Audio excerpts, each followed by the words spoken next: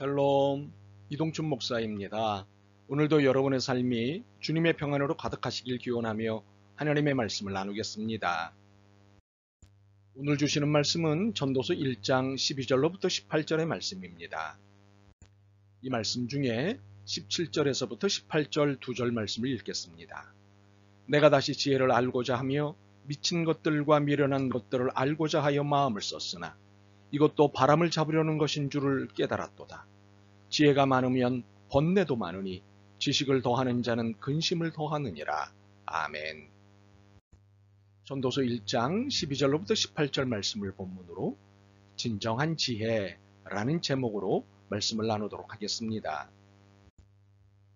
아는 것이 힘이라는 말과 모르는 것이 약이라는 말이 있습니다. 이 중에 어느 것이 더 지혜로운 말일까요? 여러분에게 의문을 던졌습니다. 어느 것이 더 지혜로운 말이 아니라 둘 다 지혜로운 말입니다. 무엇을 안다는 것은 힘이 되지요. 어느 목적지의 길을 안다는 것은 시간과 에너지를 절약하는 힘이 됩니다. 반면 모르는 것이 약이 될 때가 있습니다. 상대방의 약점을 모르면 끝까지 좋은 인상을 갖게 됩니다. 그래서 좋은 관계를 유지할 수 있지요. 그런데 인생을 살면서 아는 것이 힘이라는 것보다 모르는 것이 약이라는 것에 더 관심을 갖게 됩니다. 알기 때문에 불편한 것이 몰라서 불편한 것보다 더 많기 때문입니다. 전도서 기자는 18절을 통해 이렇게 표현하고 있습니다. 지혜가 많으면 번뇌도 많으니 지식을 더하는 자는 근심을 더하느니라. 대부분의 사람들은 많이 알아야 성공한다며 지식 쌓기에 애를 씁니다. 이를 위해 밤을 새우기도 합니다. 그리고 누가 많은 지식을 가지고 있는지를 알아보기 위해 각종 시험을 치르기도 합니다. 그리고는 많이 알고 있다는 것에 대해 자부심을 갖습니다. 그런데 최고의 지식을 가진 사람은 모든 것을 알고 있을까요? 그렇지 않습니다. 인간은 모든 지식을 소화할 수 있을 만큼의 능력도 없거니와 기껏 소화할 수 있는 것은 자신이 관심을 갖고 있는 분야에 국한합니다. 전도서 기자인 솔로몬 왕은 지혜와 지식에 관한 한 자타가 인정하는 최고의 사람이었습니다. 이는 당대뿐만 아니라 전무후무한 사람이었습니다. 16절에 그가 고백하고 있듯이 그는 자신보다 먼저 예루살렘에 있던 모든 사람들보다 낫다고 자부하고 있었습니다. 그런데도 그는 지혜와 지식을 더 많이 만나보기를 위해 애를 썼다고 했습니다. 그런 그가 17절에 이렇게 고백합니다. 내가 다시 지혜를 알고자 하여 미친 것들과 미련한 것들을 알고자 하여 마음을 썼으나 이것도 바람을 잡으려는 것인 줄을 깨달았도다. 솔로몬은 지혜를 알고자 하는 일체의 노력과 많이 안다고 하는 것이 모두 바람을 잡으려는 것이었다고 고백을 합니다.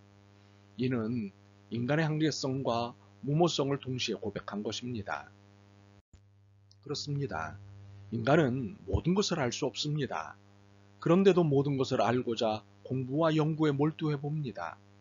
그러나 이것은 무모함 그 자체입니다. 솔로몬은 자신의 경험을 빌어 우리에게 12절과 13절을 고백하며 훈계합니다.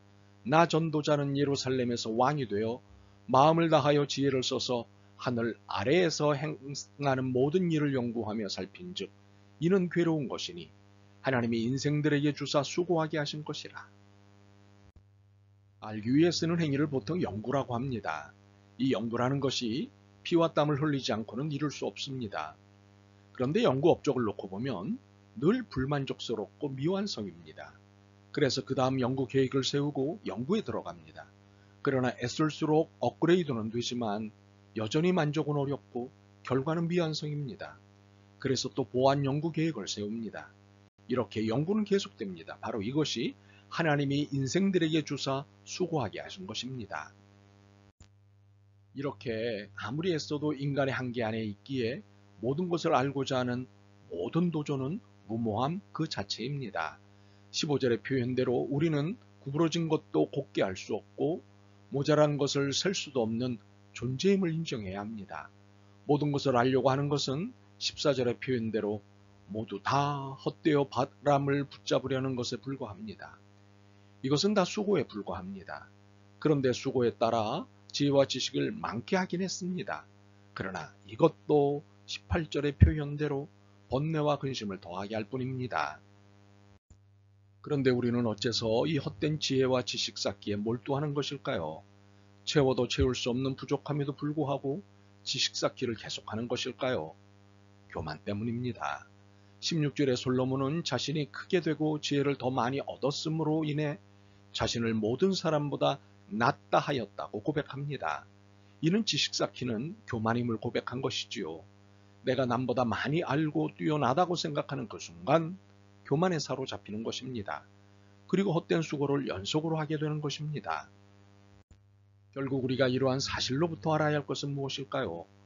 바울에게서 답을 찾을 수 있습니다. 바울 또한 당대의 최고의 지식인 중에 한 사람이었기 때문입니다. 그는 빌립보서 3장 7절과 8절에서 자신에게 유익하던 모든 것을 다 해로 여기며 배설물로 여긴다는 파격적인 고백을 합니다. 그는 그 이유를 그리스도를 아는 지식이 가장 고상하기 때문이라고 합니다. 많은 지혜와 지식을 가지고 있어도 번뇌하고 근심할 수밖에 없습니다. 여전히 부족함과 능력의 한계를 느끼기 때문입니다. 오히려 모를 때보다도 더욱 갈피를 못 잡는 모습을 나타냅니다. 그래서 더욱 번뇌하고 근심할 수밖에 없습니다. 바로 이것을 깨닫고 인정하라는 것이 솔로몬의 권면입니다. 자신의 지혜와 지식의 한계를 인정하는 순간 교만이라는 죄의 사슬에서 놓이게 됩니다. 그리고 그리스도의 광대한 지식을 만나게 됩니다. 지혜의 보고인 잠언 9장 10절을 보면 여호와를 경외하는 것이 지혜의 근본이요 거룩하신 자를 아는 것이 명철이라고 합니다. 그러므로 나를 위해 축적한 지혜와 지식은 교만을 만나 번뇌와 근심을 더하게 합니다. 반면 하나님을 경외할 때 진정한 지혜와 지식을 만나게 됩니다. 시편 90편 10절로부터 12절을 보면 모세는 인생의 죽음을 앞두고 이렇게 기도합니다. 우리의 연수가 70이요 강건하면 80이라도 그 연수의 자랑은 수고와 슬픔뿐이요 신속히 가니 우리가 날아가나이다. 우리에게 우리 날 계수함을 가르치사 지혜로운 마음을 얻게 하소서. 그는 나이 80에 하나님의 부르심을 받아 이스라엘 민족을 하나님의 약속의 땅으로 인도했습니다. 하나님과 직접 대면하여 말씀을 받았습니다. 그럼에도 모세는 인생의 마지막 순간에 지혜의 마음을 얻게 해달라고 기도하고 있습니다. 그런 점에서 모세야말로 가장 지혜로운 사람임을 알 수 있습니다. 세상의 지식은 아무리 많아도 그것이 우리를 구원하지 못합니다. 우리의 삶을 의미 있게 만들지 못합니다. 전도자는 말합니다. 지혜가 많으면 번뇌도 많으니 지식을 더하는 자는 근심을 더하느니라. 하나님을 아는 지식이 없으면 번뇌가 많아지고 근심에 쌓이게 됩니다.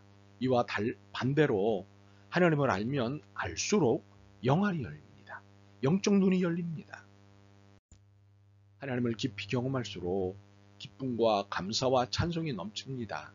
하나님의 사랑을 깨달을수록 내 존재가 얼마나 귀하고 소중한지 알게 됩니다. 내가 어디서 왔으며 무엇을 위해서 살고 내가 어디로 가야 할 존재인가를 깨닫습니다. 이것을 아는 것이 지혜입니다. 이러한 은혜 가운데 사는 여러분이길 소망합니다. 아멘. 주님, 마치 지혜만 있으면 세상을 호령하고 지배할 수 있을 줄 알았습니다.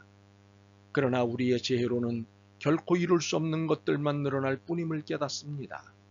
주님을 경외함만이 지혜임을 깨달았습니다. 주님의 지혜를 허락하옵소서. 주님께만 영광을 드릴 지혜를 허락하옵소서. 예수 그리스도의 이름으로 기도드립니다. 아멘. 오늘도 여러분의 믿음과 삶을 응원합니다. 사랑합니다.